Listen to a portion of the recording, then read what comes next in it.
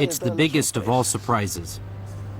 The cornerstone of North American history is not, as we may suspect, in Washington across the Delaware, in Pocahontas and the colonists exchanging food, nor with Lincoln in Gettysburg. No, it is exactly in the Alamo. It's a paradox. It's not the history of a victory. It's the history of a defeat and a massacre. It's a Texan history. It's not North American history. Popular history is built around versions, myths, legends, and information from everywhere. In the particular case of the Alamo, Hollywood gave weight and power to the myth of its heroic deed and its heroic leaders. Al mito de la heroicidad del Álamo, la heroica defensa del Álamo, los heroicos jefes que dirigieron el Álamo y el que va a Hollywood construir esta piedra made the Alamo's heartbeat. El que pondría el latido al corazón del Álamo. The Alamo, a story not fit for Hollywood. My name's Paco Ignacio Taibio, and I'm here undercover. If they knew what I think, they could kill me right away.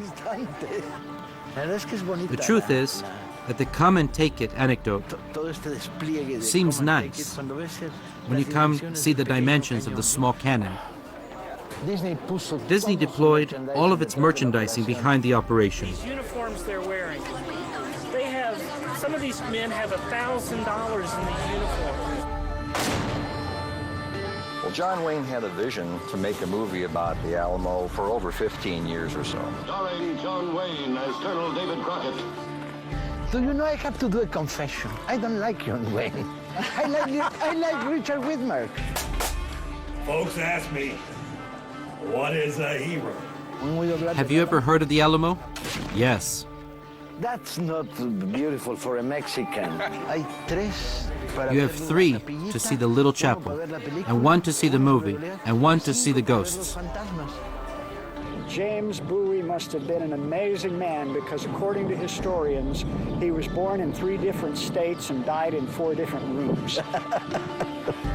People read about Davy Crockett being executed.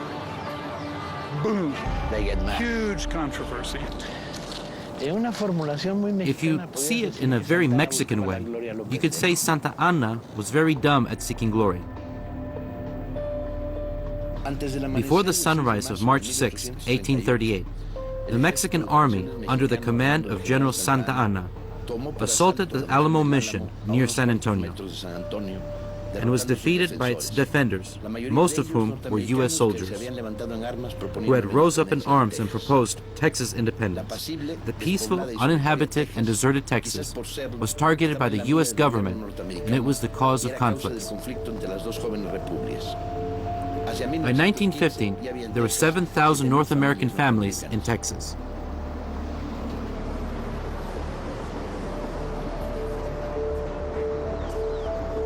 I'm Jim Crisp. I'm the author of Sleuthing the Alamo, which was published 2 years ago as Confrontando el Alamo. It's Fighting the Alamo, the fight of Davy Crockett, and other myths of the Texas Revolution. Good, your Spanish is great. Crisp. I've been following you. It's not that great. Very poorly. Let's do English. Let's do English? Well, a pleasure to be with you. I've been reading you. Look at this. Look at this. I want a copy of it. Yeah, I'll send you one. How I started. How did you start? Well, suddenly I was working on Pancho Villa in the bookstores and libraries of El Paso. So I started discovering one book, another book of the Alamo. And I said, what is this? And I went into the most important bookstore chain in Mexico, which is Librerías Gandhi, and I asked, El Alamo. And I found 3 books. 2 of them of a guy called Antonio Alamo, who writes about anything. So it's not about the Alamo? No, and only one about the Alamo. Which one? a Mexican story, very bad by the way, of a Mexican scholar, very bad. I went into Amazon and I clicked El Alamo, 80,000 books and films and short stories and novels. And I said, well, there is something here. Yes. There is something here. It's a small footnote in Mexican history that nobody wants to remember, and a huge American. In the United States, everyone remembers the Alamo. Yeah. But very, very few people know what it's about. If you ask the average citizen, what war was this in? They don't even know what war. They think it's maybe the Mexican War. Because Americans have a lot of trouble to connect with their past. Yes. And it's ugly because it's a beautiful past. It's a mixture of cultures. But they don't, as they don't have ruins and castles, they have problems to connect with their history. It's not the Mexican case. Well, we're very, very, very connected with history. So it was an important book to do in Mexico. If this story starts somewhere, I can start in thousands of places. But it probably started in 1821, when Moses Austin and Stephen crossed the border to settle in Texas. 1,800 white colonists and nearly 450 black slaves. The Mexican independent government imposed conditions on the colonists. They had to be Catholic. They could marry Mexican women in order to get nationality, and slavery was banned.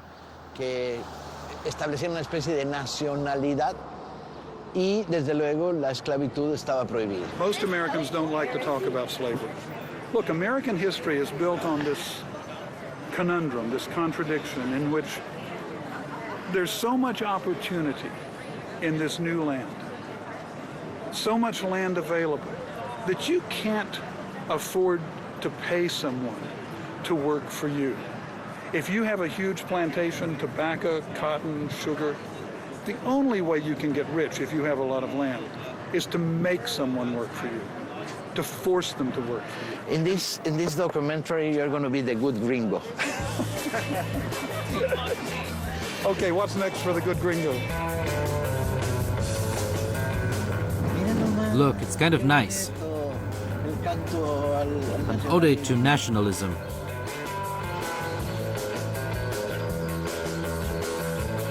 Oh, you're the writer. Yeah. I was going to see if we could get a copy of the book. In May, it will be the huge thing in the Los Angeles Spanish Book Fair. Would we be able to get a copy before that? Yeah. For a preview? Our producer will send you a copy. Great. The Mexican people were not interested in creating a center for economic development, but settlements, activities, roads, and civilization created a center for economic development, which didn't work, because the north and northeastern Texan settlements did not trade with Coahuila. They traded with Louisiana instead. They favored what they didn't want. They encouraged a U.S. interest, which previously existed in a moderate way, to annex the territories. The second in command of the Mexican Army was a land speculator in Texas.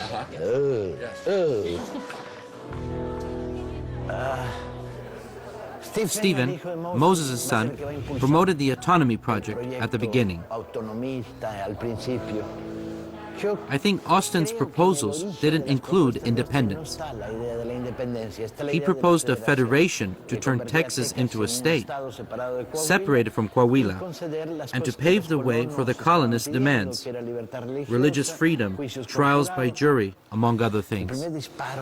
The first cannon of the Texan independence was fired here in Gonzales. It's the cannon of Gonzales, the famous "Come and Take It." It's originally a small piece. The Mexican authorities lent it to the colonists to help them protect from native raids. So when the tension built up, they asked for the cannon back, and the colonists' indignant answer was, "Come and take it." vengan a por él. The Mexican officers insisted on getting it back. Give us the cannon back. We want to negotiate. Where's the major? But the colonists refused to give it up until there was an attempt to cross a creek in the outskirts of the city. And after this, the first skirmish, the cannon went off for the first time. It was not a big military confrontation, but it was the beginning of the military breakup between the colonists and the military authorities. General Cos sent to face the rebels. The truth is that everything surrounding the come and take it is kind of nice. When you see the dimensions of the small cannon, it's kind of cute. It's kind of romantic the way an entire symbolic structure is built around this phrase and a small cannon.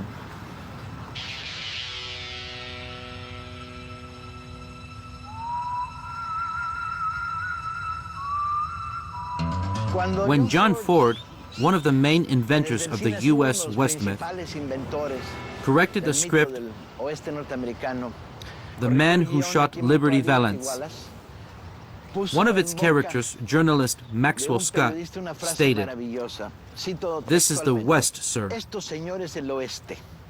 When the legend becomes fact, print the legend. The Alamo will undoubtedly be the center of a historical event. It also will be the center of one of the most powerful legends in the U.S. history, and by extension, of Mexico's and Latin America's history. The center is here, in this small space, which has been gobbled down by the city of San Antonio. What's left of it is a facade of the Alamo Chapel. The rest of it is gone. This is where the myth and legend have been built, on these ruins.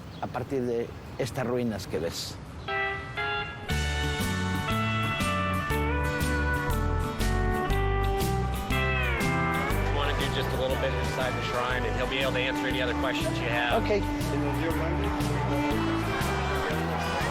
I've lost my camera. Over there. It's been restored, except from this small space in the entrance hall. They just restored the ceiling and the floor. Now we're about 2 feet higher than the original floor. We're interested in the gallery over here.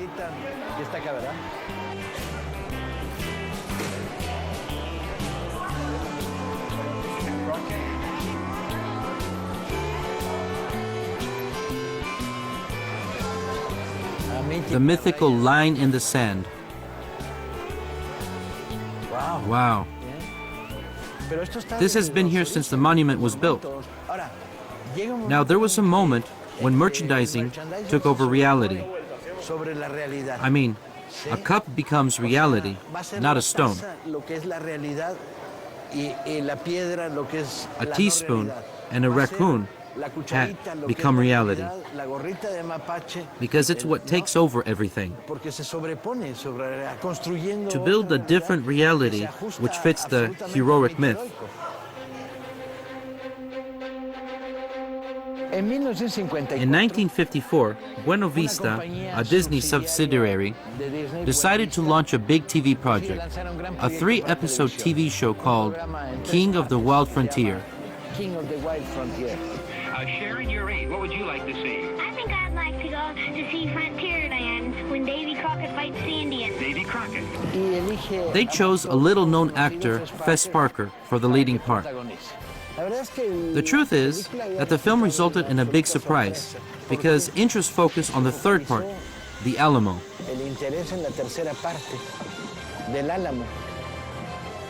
It's a very naive, basic film. You have a Fess Parker, David Crockett, who was thought to captivate children. Think of this, Robert. Looking for anything special? Davy Crockett. Well, Davy Crockett ought to be around here someplace. Where's Davy Crockett? Where's Davy Crockett? Well, he's out someplace where the Indians are.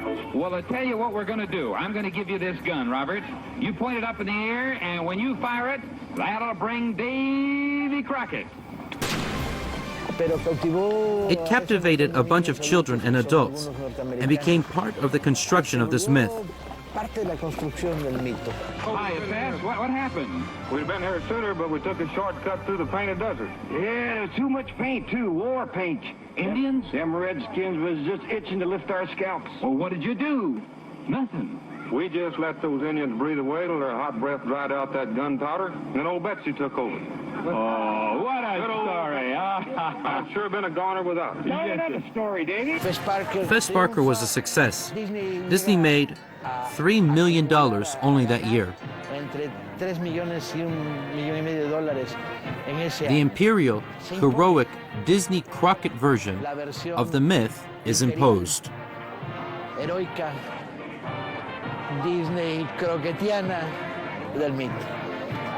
I know we in Latin America are experts of forging our history, but these people really exaggerate. Piles of Mexican people are lying on the floor there, while Crockett hands over the biggest of his rifles, and everybody believed that. Se lo creyeron. Halley's Comet had just appeared, and they said, "We are going to face disasters." So the Texan colonist insurrection seemed to foretell one of those disasters. Have you ever heard about the Alamo? Yes. The battle? Yes. Santana fought the U.S. on the border, and he was captured. Later, he had to sell Mexican territory to save his life. It happened in the Alamo. His name was Antonio López Pérez, but he liked to be called Antonio de Pauda, María Severino, López de Santa Ana, y Pérez de Lebrón. He didn't lack a name to stop. He allegedly was of Portuguese, Gypsy descent. Others would say he was of Spanish, Galician descent, and that he was born in New Spain. His parents wanted him to be a businessman, but Santa Ana didn't want to. He liked partying, cockfights, and women. Rumor had it that he was addicted to alcohol, card games, and women.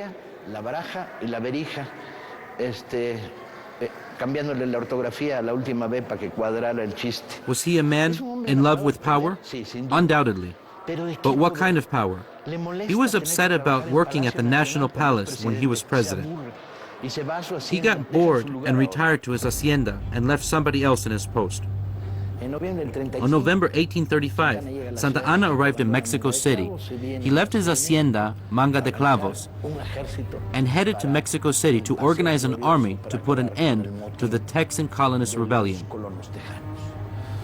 He settled in the Archbishop's palace in Tacubaya and started planning the war, but he didn't have any resources, and the national treasure didn't have a penny. He didn't have an army, only 2 battalions of barely 2,000 men with no training. So desperate, he started to negotiate, looking for money from anywhere, started to cut corners, trying to collect money to gather his first army.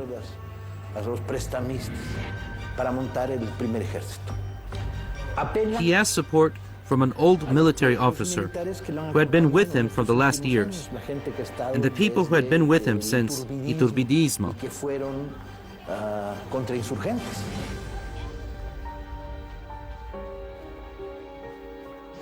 What was he thinking? He was thinking about a glorious expedition. The expedition was full of flaws. First, he made the wrong decision to go straight forward. Instead of using the sea towards Veracruz. Second, he didn't have any money. Third, the way the expedition was designed. Santa Ana left Mexico City with no medical equipment. He had no nurses, no doctors, no medical supplies. So as he was forming an army on his way between Mexico City and San Luis Potosí, he slowly armed it. It was an army with poor fighting skills. In the meantime, and at the same time, the Texans took over San Antonio and defeated Cos.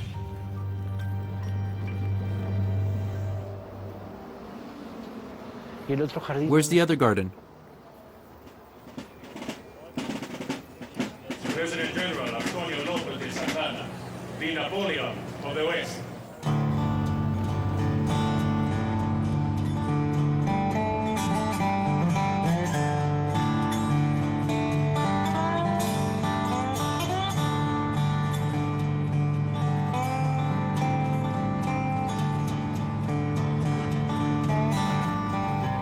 The Alamo, Texas Independence Day.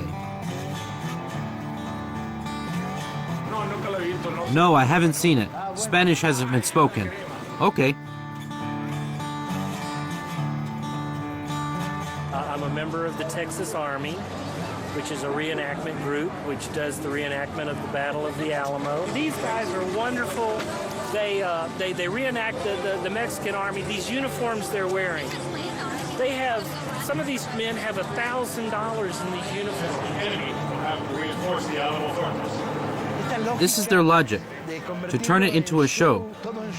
It's a Disneyland show, and the content of it has been reduced to 4 superficial stories. They created a myth without any content at all. Absolutamente desprovista de contenido.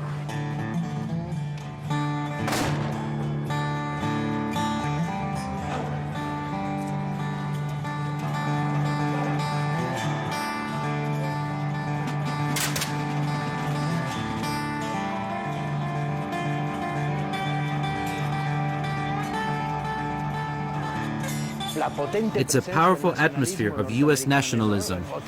It's a very, very powerful one.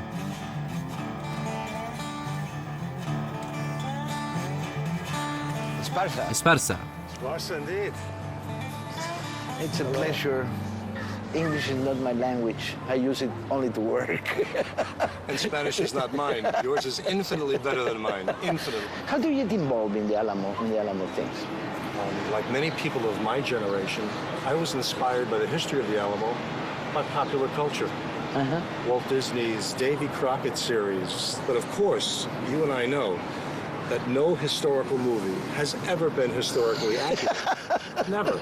This was not just a fight between Texans and Mexicans, but Texians, Anglos, Tejanos, against the centralist dictatorship of Santa Anna. Austin, the colonies in the northeast of Texas, near the United States border, they were bringing slaves into a non-slavist country, no? The Mexican Constitution said if you cross the border, you're free. And at the same time, the militia that started the war, many of them, maybe half of them, they just arrived. They were not Texans, no? Oh, how you deal with that? Correct. This is a very unique situation where the largest portion of people living here by the 1830s are Anglos, people who were not born here. The Anglos are not only bringing in their carts and wagons and clothing and weapons, but they're bringing in ideas that are unique to early America. The idea of private property and the profit motive and capitalism and land speculation, which still goes on in the 21st century.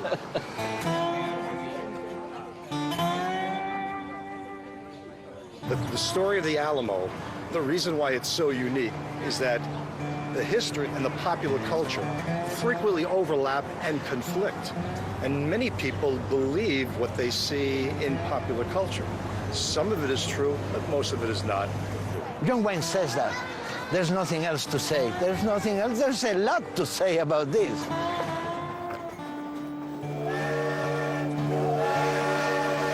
John Wayne's voice.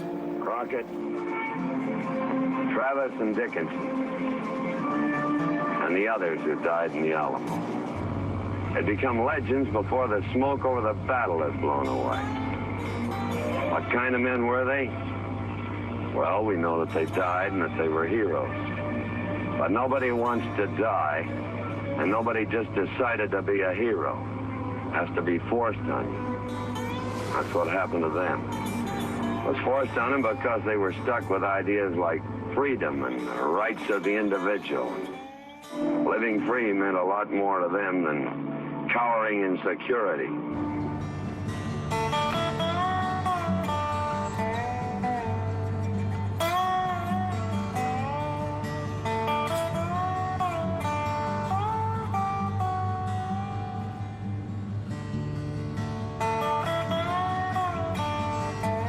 It's a Nice pleasure. to meet you, finally. Nice to meet you.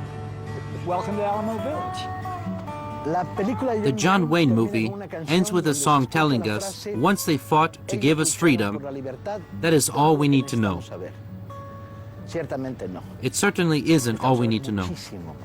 Now, we know a lot more than that. The movie is one of the cornerstones, just like the rest of Hollywood productions, of the Alamo heroic myth. A myth ignoring the discussion about slavery, about the legal nature of the Republic of Texas, and about land speculation. It premiered the same year Spartacus did.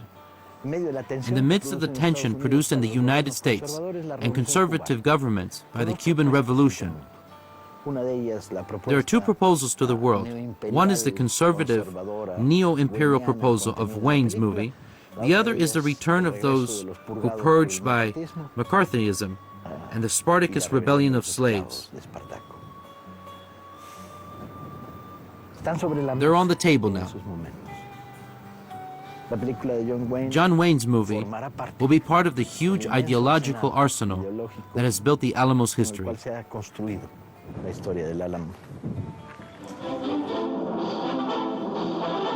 It's here at last, the monumental history-making motion picture. 14 years in the making. The $12 million epic, The Alamo.